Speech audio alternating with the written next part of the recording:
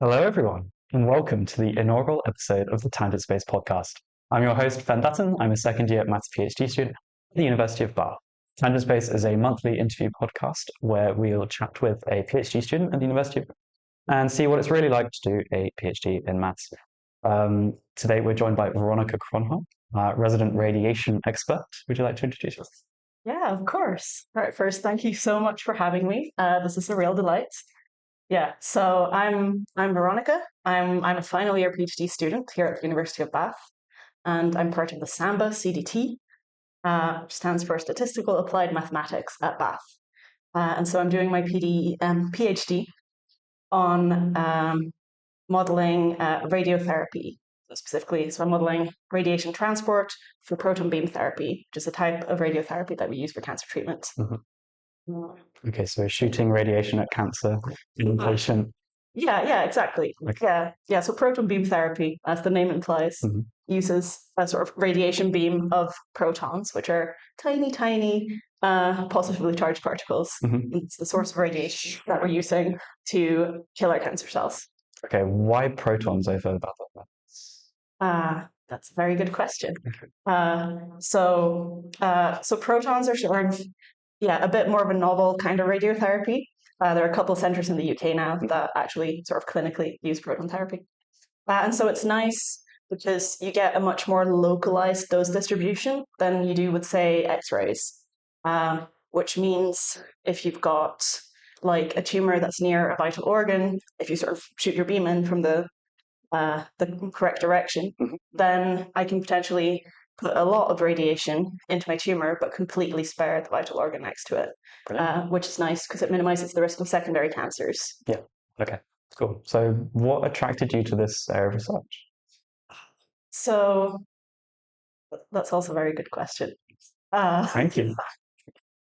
So I guess sort of initially by training, I'm a physicist. That I did physics undergrad many years ago now. So the physics is really cool, but also the maths is really cool. And so the kind of maths that I'm doing now, I first came at from sort of mathematical finance point of view, where it's sort of stochastic and deterministic modeling, and there's some cool numerical simulations you can do as well. Okay. And then basically I came to Bath and had a conversation with the guy who's now my supervisor, where he was like, okay, yeah, but you can do all of this maths and you can do it in radiotherapy, and there's all of these cool challenges and this opportunity to sort of really make a difference in an application that I guess is, adding more to the world, arguably, than maybe finance does. Sure. So yes, okay. So what does the day-to-day of this research look like? So what kind of maths are you working with usually? Are you coding? What kind of stuff are you doing? Yeah. So there's definitely a lot of coding. So my day-to-day in the last couple of weeks has mostly been conferences. Yeah. But on a sort of a normal week, I spend a lot of time in front of the computer, and sort of and the maths that I do is on the one hand partial differential equations, or PDEs, just sort of a deterministic way of modeling proton therapy, amongst other things. And then there's also this sort of dual representation where you can represent the same model sort of in terms of a stochastic process, which then represents the sort of movement of individual protons. So I look at both and try to leverage techniques from both areas. Okay. So the clinicians that are doing this proton beam therapy, what kind of models are they using? And how do the models you're looking at compare to them? Yeah, so what's done clinically at the moment, so they do have a whole sort of suite of models, but I guess the gold standard is these sort of big sort of particle tracking Monte Carlo codes that sort of so there's a lot of data that goes in the back end of that, sort of experimental data about sort of very specific behaviors of fundamental particles. And then, so there's these big codes that basically simulate all of this and like the exact interactions between every particle and the DNA in your cells, right? Sounds hefty computationally. Yes. Yeah. So it's computationally very expensive, but also crucially, I guess, very accurate. Whereas, so the models I'm looking at are sort of more sort of conceptual models, I suppose I'd say. so we've scaled back some of the physics, and also then some of the computational cost. See. And so what we're sort of looking at is how we can leverage these models to sort of, in combination with the big expensive models, sort of whether we can gain something additional from also using these more conceptual models, which we can run very quickly. Okay. There's some qualitative insight that we can get there. Okay, so are you the only student at the University of Bath who works on proton beam therapy? No, I'm not. No. So there's a big group of us basically. So a bunch of PhD students and also postdocs and sort of higher up academics as well. Ah, cool. So what's that called? So there's this math rad grant. Yeah. Right? That's what you're pushing for. Yes. Which is, so math rad stands for mathematics of radiation, and one of the branches of that grant is looking at this sort of radiotherapy stuff. Cool. And how we can formalize the methods on this and sort of gain further insight. So there's a nice community of people working on this. Yeah, definitely. And at the IMI? Yes. There's also a bunch of us who get together at the IMI, which is the Institute for Mathematical Innovation. Shout out.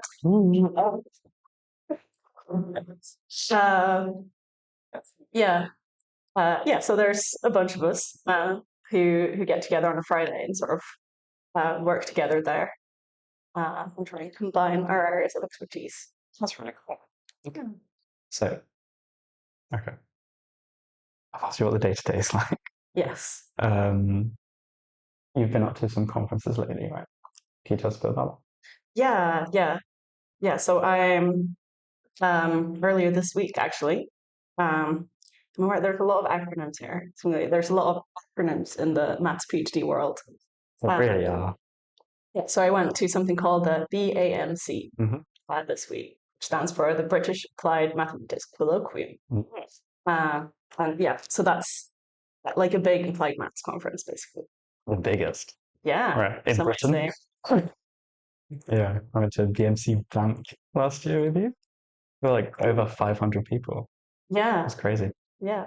No, it's big. Yeah, it's where you get all the people together and talking. So together with a couple other people from Bath, I organized a session of talks, a mini symposium. That's pretty cool. And I also presented. So that was fun. And I got to meet a bunch of people from other places in the country who do both very different things to what I do, because there's a whole array of applications for maths. Yeah. Sort of fluid dynamics, mathematical biology, and all sorts of other things.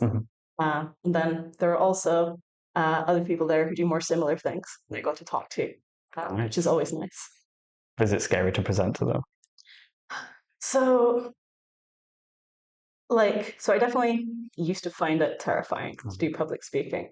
But I think at this point I've gotten to a point where there's still a little bit of a, tingle of nerves. Yeah. But it's mostly just fun, and it's exciting to get your work out there. Well, Samba helped with that, right? Samba definitely helps. Yeah, they definitely, really not quite throw you in at the deep end, but encourage you strongly to present. You to do lots of talks, so it's not too scary. Yeah. Okay. Yeah. Okay, so these talks, what were you talking about? What was the title of the? You did multiple talks, right? Yeah. So the first one, what were you talking about? So there, I was because it's sort of in terms of at least maths, a general audience, right? Where it's all these applied mathematicians who do different things. I mostly talked about the application and sort of radiotherapy. Why do we care about this? What are the interesting questions from the clinical side that we can talk about? And then I talked a bit about uncertainty quantification. What's that? So that's okay. So radiotherapy is sort of there's all these uncertainties involved in the process, right? So I might not, as a clinician, know you don't know to infinite precision where your patient is on the treatment bed. They might, if they're breathing or they shift 1 or 2 millimeters either side, that'll make changes to where your actual radiation ends up in the body when you start your treatment. And there's also, so the thing that tells us where to treat, right, is we do imaging of the patient through something like a CT scan. Yeah. And that is also physical measurement, which is not infinitely accurate. And I guess also the mathematical models and simulations used, right, there's uncertainties there as well. And all of these things potentially change exactly where in the body I'm putting radiation. Scary. Yeah. So what do we do? So we do uncertainty quantification, right? And yeah, so on the one hand, right, we want to understand, okay, what are the uncertainties and how exactly do they influence where my dose, where my radiation energy goes in the body, and like how far away is that from where I think it goes? Yeah. And then we also want to take these uncertainties into account when we come up with our plan for radiotherapy treatments. Yeah. So in terms of like methods for uncertainty quantification, like how do we do it, right? Because presumably if these models are really expensive to run, you can't, I'm just justifying my PhD. If these models are really expensive to run and you sample them many times to see where it's going to end up. Yeah. What's done at the moment? Yeah, no, exactly. So I guess something we're both sort of touching on in our research at the moment, right, is like, can we leverage sort of surrogate models? So these sort of simpler, scaled back, cheaper models maybe don't quite give you as accurate of a representation as these full scale clinical Monte Carlo codes, but they still give you enough. And can we use these to understand the uncertainties? So this is not something that's done clinically at the moment, to my knowledge, but it's, I guess, something that we're all hoping to add.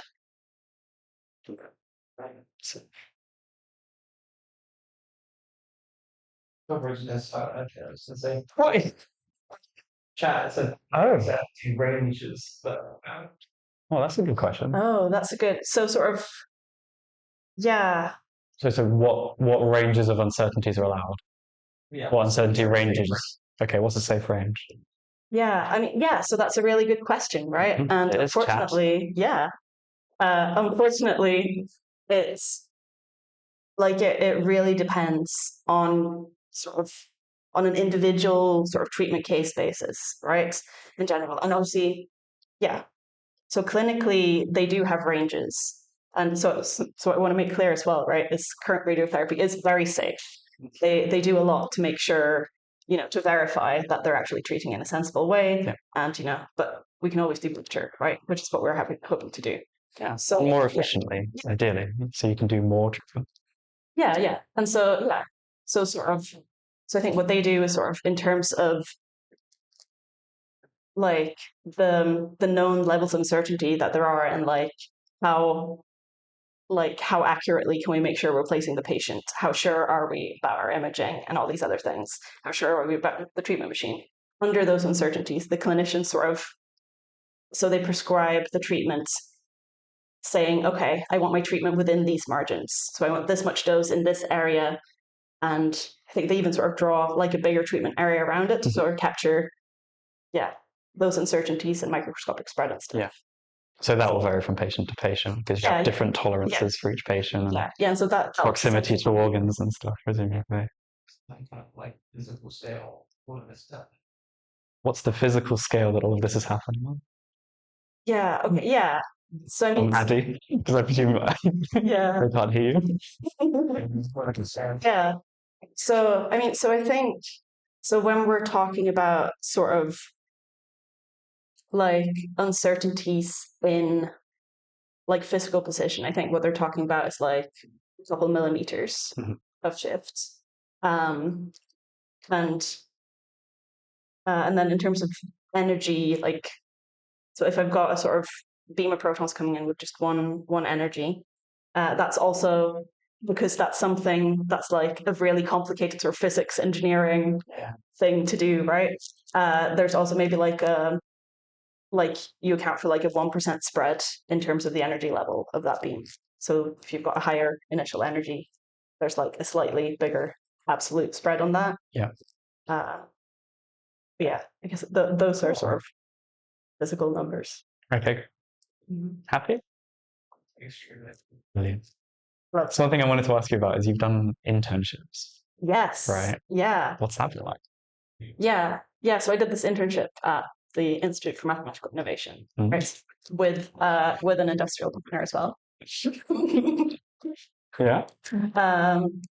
Yeah, so that was really fun. Mhm. So I guess, yeah, my day to day here is like I don't talk to, doctors or clinicians or like people who work in a radiotherapy clinic Yeah. day to day. It's maybe like a couple times a year. Yeah. And so so with this internship, I got to go away and write code that's sort of hopefully working towards being used clinically Brilliant. for 3 months.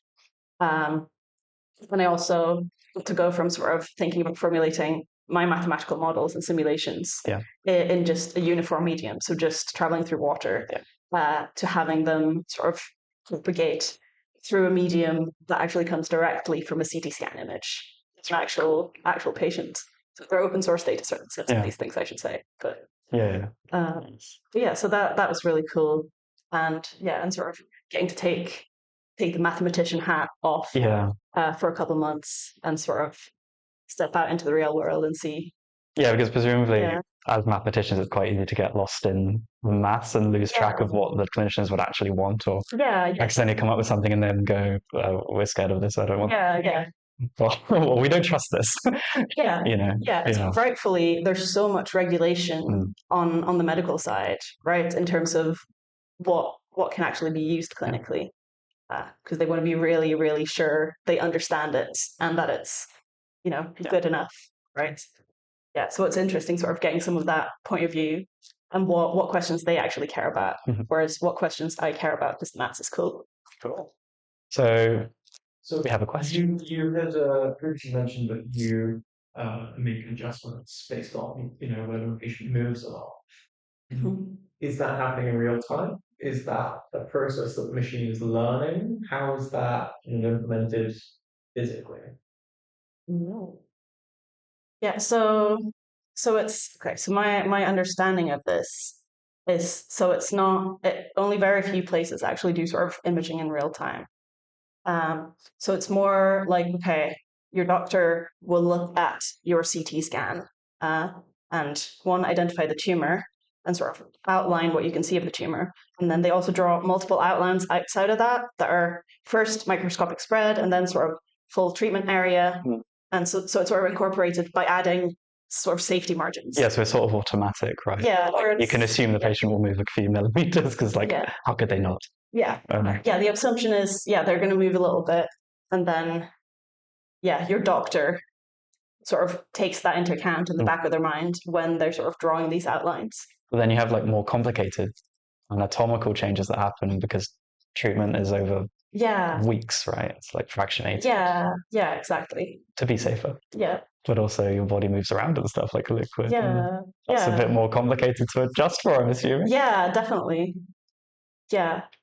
Yeah, and so I know there's some stuff they do here depending on different types of cancers. Yeah. So sort of bladder cancer, they might have 3 different treatment plans depending on how full your bladder is on the day when you come in for the treatment. Yikes. Okay.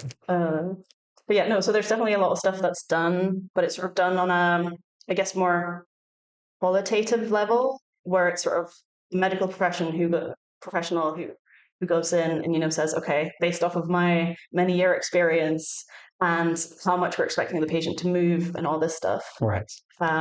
Whereas I think what maybe we as mathematicians might hope to do is something a bit more quantitative. Quantitative. Brilliant. There we go. Okay. So regarding just your PhD in general, I'm curious if there's been any like misconceptions, like at year 1, how did you think you'd be doing now versus how you're actually doing? Like what? Any misconceptions? Don't know. Like, is the day-to-day what you thought it would be? To some extent, for sure. I guess like something that happens is sort of like you come in and unless you've done a very similar project for a master's or undergrad dissertation, right? you're sort of to some extent coming into a new area of research and having to learn all these new, very technical things before you can even start doing the actual research, right? And start writing papers and stuff. And I guess, and then as you sort of go through the process, you slowly become the expert in your area of research, right? And so that's, I think I'd not quite appreciated at what level that would happen. Because that's like that's something my supervisor told me early on. Like, yeah, like we'll get to a certain point and you're the expert on what you're doing. And well, I think I remember a talk at the start where they say this will happen, but you won't know it because you won't think you are an expert, but you actually are. And it's so it's really fun, like going and doing conference talks and stuff now, and going to workshops and talking to people, and getting all of these really specific questions. You just go, oh, actually, here's a 10-minute monologue on this question. I have so much to say.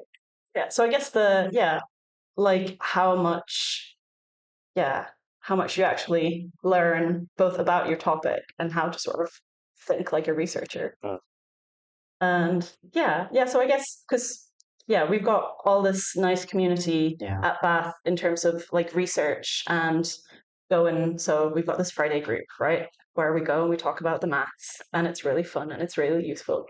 But it's also important to have a community where you're not where it's not just about the maths, like where you can wind down and relax, maybe play a couple of games of pool.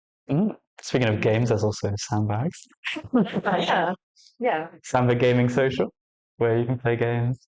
There's also cake. Yeah. So it's important to have a really good community.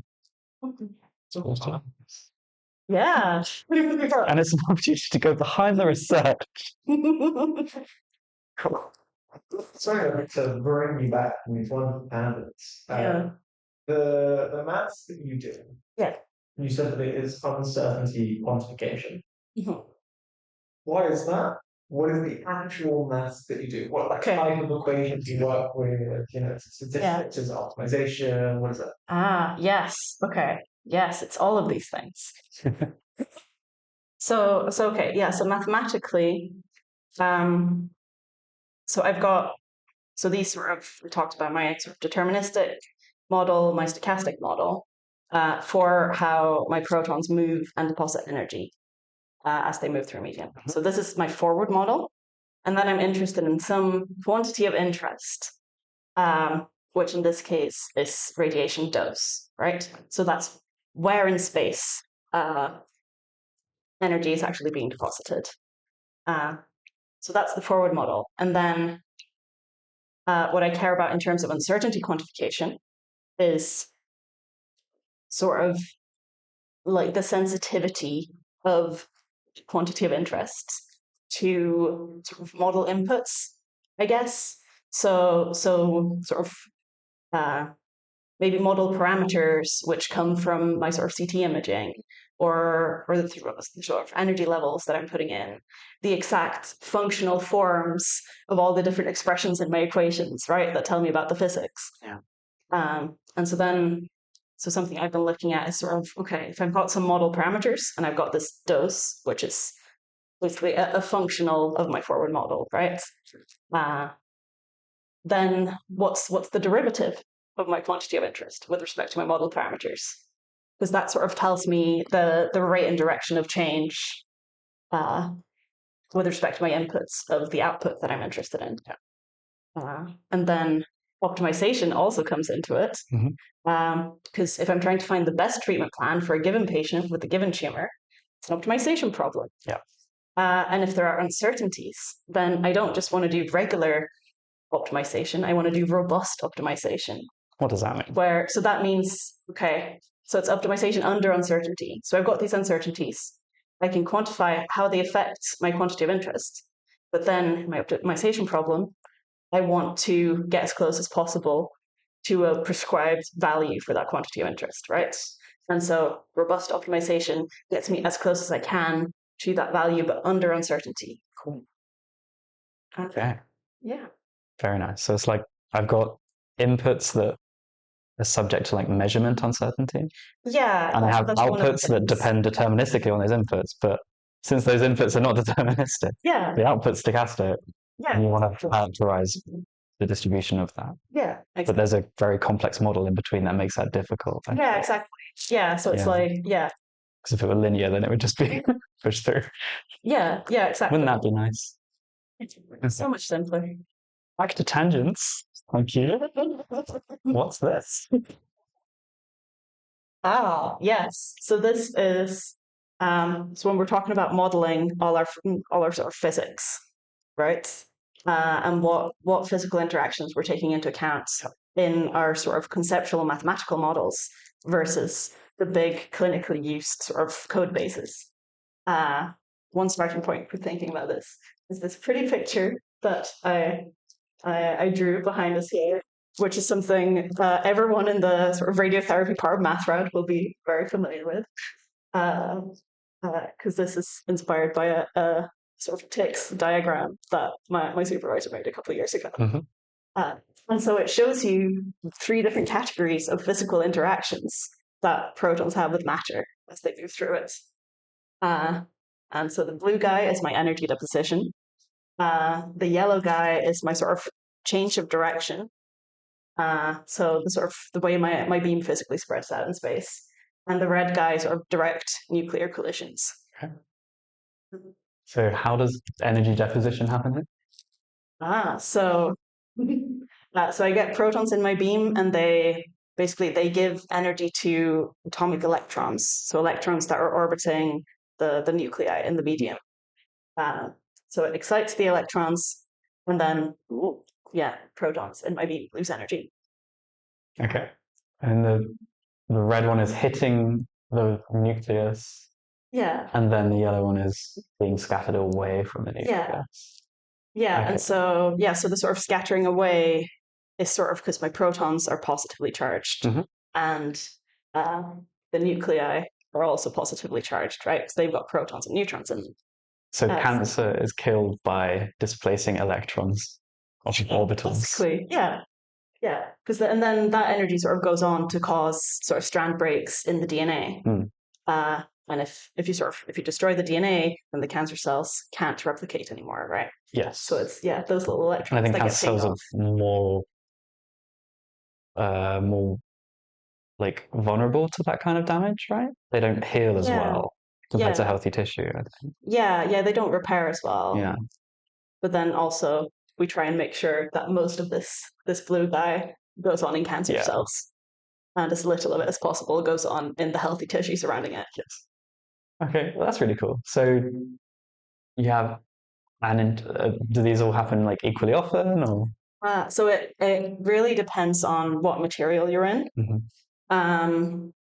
So for example, the basis of the model I've been looking at is sort of, we're saying this red guy in the middle is sort of a lot rarer than the other two, which in something like water is a not unreasonable approximation. Mostly empty space here. Yeah, exactly. Yeah, because the nucleus is so small compared to the rest of the atom. Whereas if you're in a much denser material, this may be less true. More nuclei. Yeah, exactly. More nuclei. Cool. So how would you go about building a model based on saying this interaction happens a lot? I'm curious. Probably a tricky question. Yeah. Especially without writing down any equations. So I can mathematically answer this question. Yeah. Oh. You could be careful with the microphone. Yeah, that's true. So one way to look at this, so because we can either, ground up modeling approach or sort of top down, right? If we're looking top down, there's sort of one of the many Boltzmann equations. It's like the Boltzmann radiation transport equation or something. I recently learned there's also something called traffic Boltzmann, where there's a Boltzmann equation that you use to model like cars on a motorway, which is wild. I think they're kind of like protons. I don't know. Sure, they travel, right? They travel, they interact with each other, cars interact with each other. Yeah. Usually in a more complex way than this, I think. Yeah, the protons aren't honking at each other, for one. No, probably not.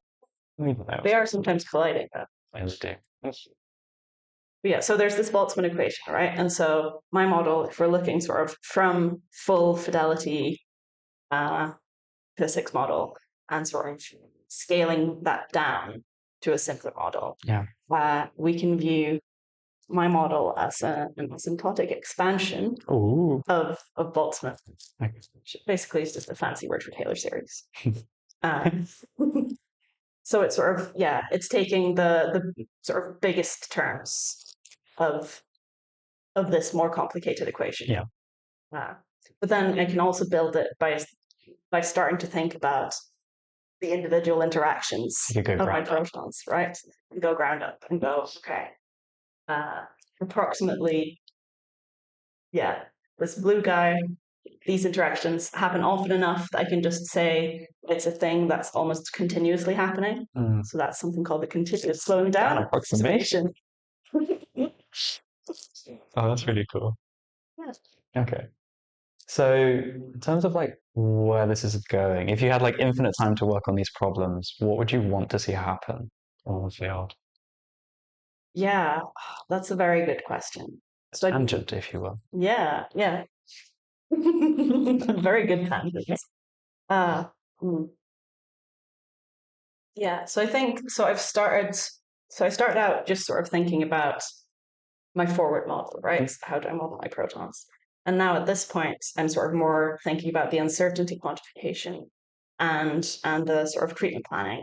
So I guess I'm hoping to do, so I've done some uncertainty quantification, and I'm starting to look at some sort of treatment planning now and seeing what maths can be added there. But I guess like there's so much to possibly do there. Yeah. Like I could spend the next 5 or 10 years understanding this stuff better. Treatment planning. Yeah. So that's the optimization problem. Yeah. So because it's this very complicated optimization problem. Yeah. And even like, what exactly the right thing for your sort of cost functional, like your target you're trying to hit, and how you measure how close you are to it. Even that is not necessarily straightforward, right? So the naive approach might be I want to maximize some dose to the tumor and minimize dose elsewhere, which is presumably discontinuous. What's wrong with that? No, okay. Yeah, so you want to minimize dose elsewhere. But if you're sort of looking at a spatial area, right?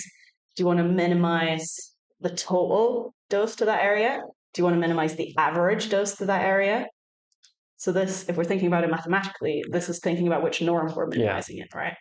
And then, so I either want to maximize or I want to make sure I hit a certain target inside the tumor, right?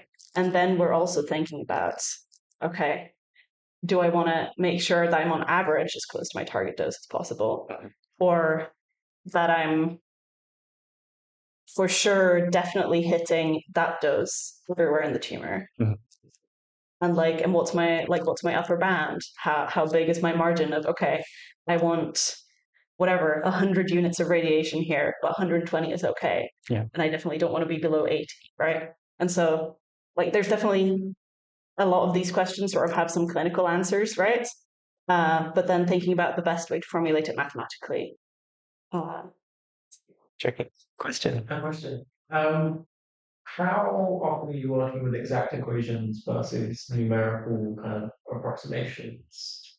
Definitely a lot more of the latter. So a lot more numerical approximations.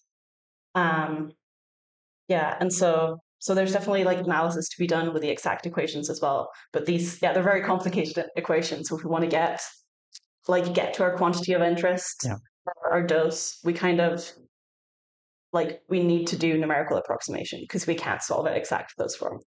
It's very, very complicated. And another question.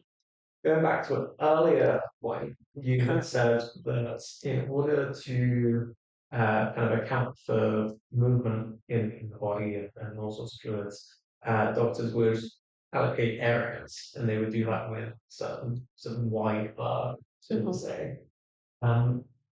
Is there grounds for machine learning methods for image kind of recognition for those kind of paths? Doctors? That's a good question.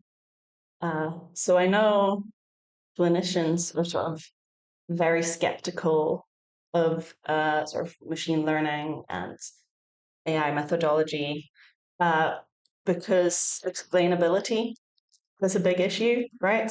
So for them to use it clinically, they want to understand why it's doing exactly what it's doing. But I mean, I think there's some work being done now. Like uncertainty quantification through neural networks is being done. Yeah. Like uncertainty aware neural networks at least is doesn't sound it's a tricky thing, but I think people are interested in making them. There's stuff that comes there.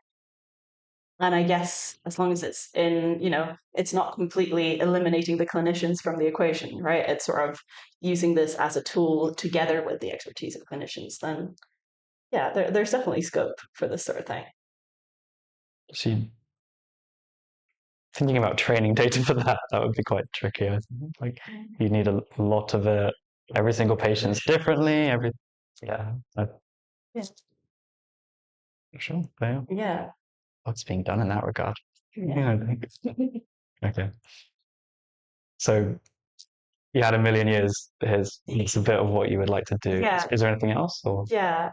So I think, because what we're also starting to think about more now is sort of how to sort of tangibly like tie in with clinic and go from, okay, here we have all of these sort of mathematical insights. We've done all of this cool maths, but how can we make sure like we present that in a way that's actually useful on the clinical side and they can actually be used. Okay. So I think that's something I'd also be quite interested in, where, like how do I go from my maths to something that ends up being used in clinic?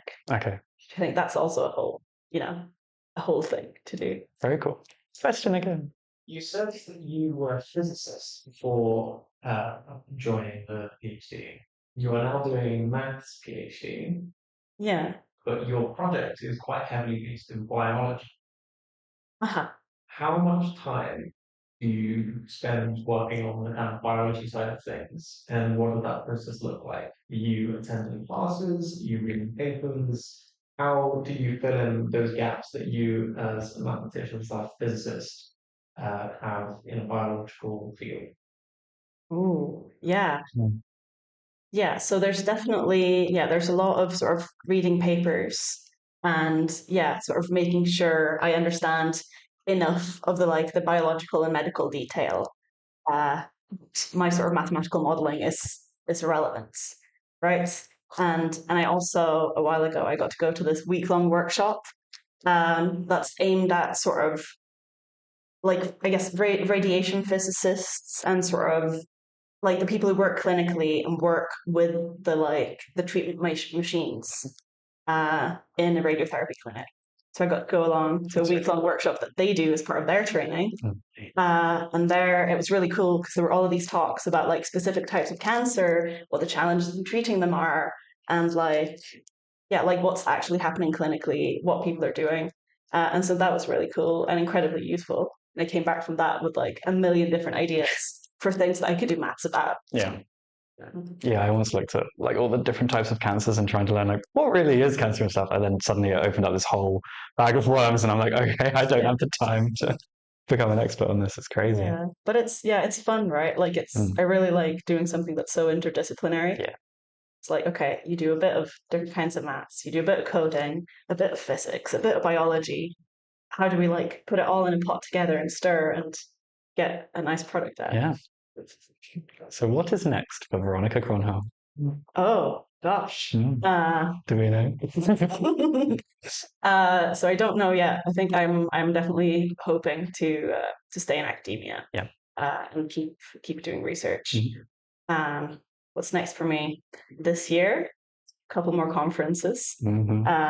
Hopefully another paper or two. Yeah. And then writing the thesis, the big end product, Wow. the PhD journey. How do we feel about that?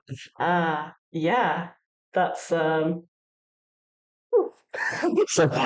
no, I feel good. I feel good. I guess I'm excited to sort of, I don't know, tie all my projects together into one sort of neat story. Presumably this would be a thesis by publication. I think, we're leaning that way. Yeah. Which basically means if you've written and either at least submitted or published a number of papers, then you can sort of write the story around them and basically just put all the papers together, and that's your thesis. And feels like this would be the more common than not. Right. I think it depends a lot on like the area of maths. Like there's definitely a lot of people who do traditional form. Oh yeah, I meant like subfields within maths. Yeah. Oh yeah. Because I think with pure it's less common. I think. But can also happen. Right. Yeah. But it also just depends on how much you end up publishing during your PhD as well, right? So I think it's really important to know that you can do a very good PhD and very good research and still like not end up having anything published by the time you finish. And that doesn't mean, you've not done super good work. Yeah. How many papers have you published already? Whoa. You just asked a lady. So I've got one that's like published. That was a group effort for this sort of Friday collaborative thing. And then I've got one that I submitted back in September. So that's on archive and sort of waiting for reviewers to come back from the journal we submitted to. Cool. Do you have any advice for someone who likes the kind of maths you're doing and would be interested in doing a similar PhD? Ooh. Yes. So They say they're coming to the end of undergrad or something. Yeah. I mean, come talk to me. Reach out. Yeah. So I guess, and I mean, maybe think about applying to Samba, because Samba's a great place to do all sorts of fun applied maths, and you get great training as well. Yeah. When you get to build your PhD, like you're not limited to a particular project. You can just, if you like this PhD, make it your PhD. And I'm trying to think like any like specific. What should they not do?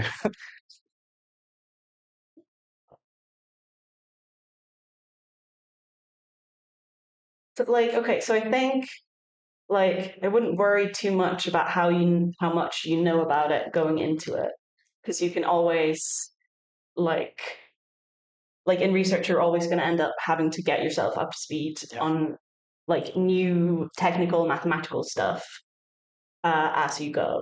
So if you're like, hey, this sounds really cool, but I know nothing about it, can I still come do a PhD in it? Yeah, you can learn all this stuff as you go, and if you know a bit more about maybe like one of the areas, so like a little bit more about physics, then you can pick up all the like correct kinds of maths. And I don't know, and equally if you're like you've got expertise in something else, but you're like, maybe I can, like you've done a lot of courses in stats or something, like you can come at all of this uncertainty quantification from a more statistical perspective maybe. And so I don't know, I wouldn't worry too much about having done the right courses in undergrad or whatnot. Yeah. Because if you find it cool, you'll definitely be able to learn everything you need along the way.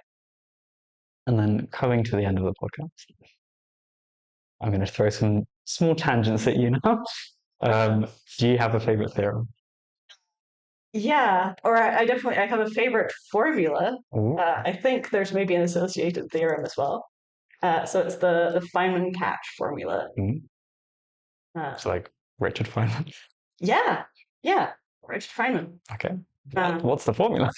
So I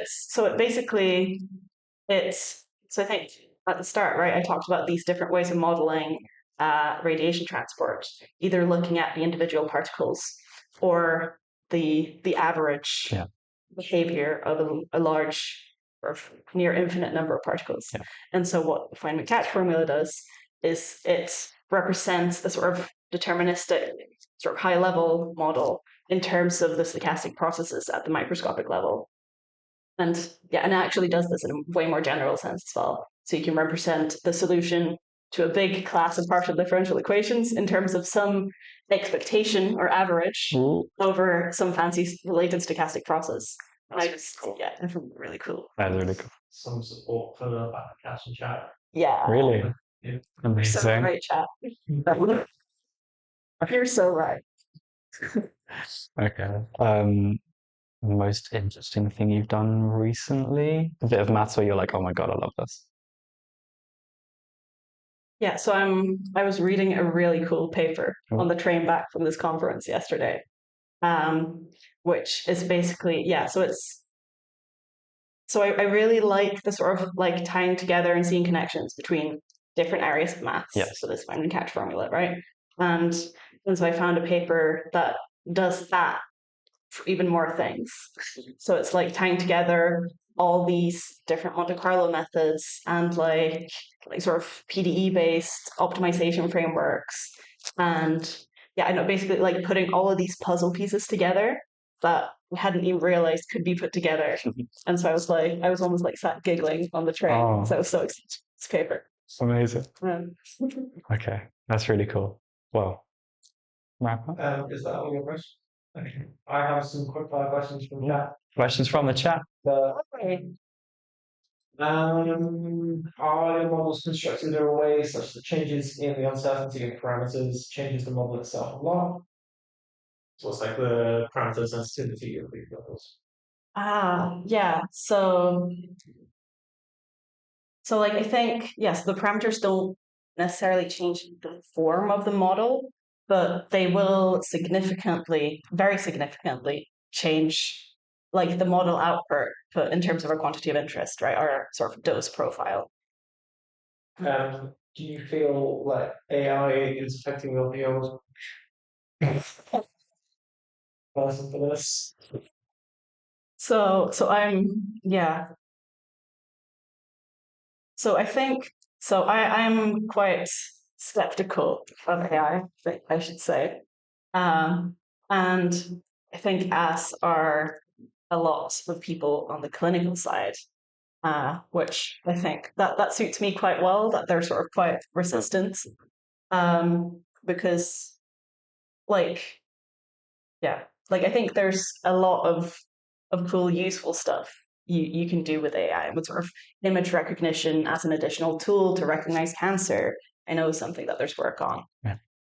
But I think it's important to also be skeptical and not replace all these other very well established methods purely with AI. And I think people on the clinical side are also very skeptical of this, which is good. And then finally, when you're reading papers, do you have a preference to whether it's like preprint or whether it's been peer reviewed and published? So do you got more value on a paper from archive versus the general theoretical biology? So I think I definitely like I read about like 50-50 sort of both, I'd say. And yeah, no, like and yeah, like if something's very new, very recent work, right, that's more likely to be on archive and maybe, be getting published in a sort of high profile journal, maybe a year or two down the line, right? Whereas maybe if a paper's 10 years old and it's still only on archive and not anywhere else, maybe, I don't know, I'd be a little bit more skeptical, but I read a lot of, and I get a lot of incredibly useful stuff off of archive. And yeah, I would. I mean, yours lasts a lot, okay. And it's, yeah. Excellent. Okay, so Veronika Gronholm, thank you very much for joining us on the first episode of the Tangent Space podcast Thanks for having me. on a bank holiday. Yeah. Oh, Happy Easter, everyone. happy Easter. Good Friday. It's Good Friday. Yeah. Happy Good Friday. Have a good Friday. Okay. Thank you for watching. See you soon.